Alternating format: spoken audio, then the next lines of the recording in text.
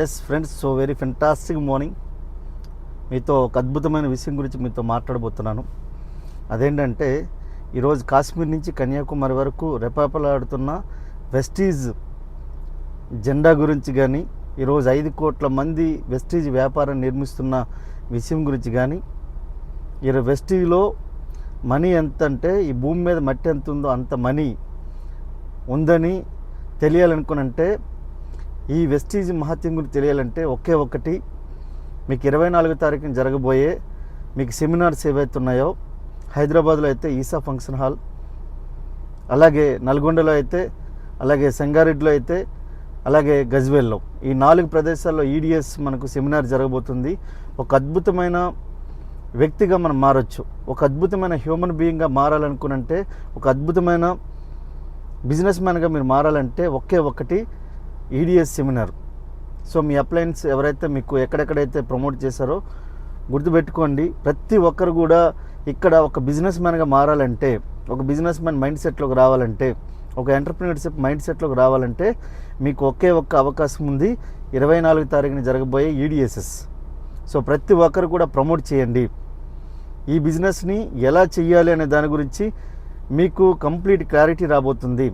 మేము ఒకరోజు వెస్టీజ్ని భక్తిభావంతో చేసాం, త్రికరణ శుద్ధితో చేసాం. కాబట్టి ఈరోజు మా ఆదాయాలు, ఈరోజు మా ఆస్తులు, మా యొక్క జీవితాలు ఎంత మారిపోయాయని అనుకుంటే, ఒక సామాన్యమైన వ్యక్తి నుంచి అసామాన్యమైన వ్యక్తి లెక్క మారి ఈరోజు కొన్ని వేల మందికి ఈరోజు మేము ఇన్స్పైర్గా ఈరోజు వాళ్ళ జీవితాలు మార్చుకునేటట్లుగా మా యొక్క జీవితాలను ఆదర్శవంతంగా మేము తీర్చుకోదిద్దగలిగినాం. సో గుర్తుపెట్టుకోండి, ప్రతి ఒక్కరు కూడా వెస్టీజ్లో ఏదైనా చేయొచ్చు, ఏదైనా సాధించవచ్చు. కానీ ఈ ఈడిఎస్ సెమినార్లో మీరు అటెండ్ అయితేనే ఇవన్నీ చేయగలగవచ్చు. సో ప్రతి ఒక్కరు కూడా ప్లాన్ చేయండి. మరొకసారి చెప్తున్నాను, హైదరాబాద్లో జరుగుతుంది, కొన్ని వేల మందితో జరగబోతుంది.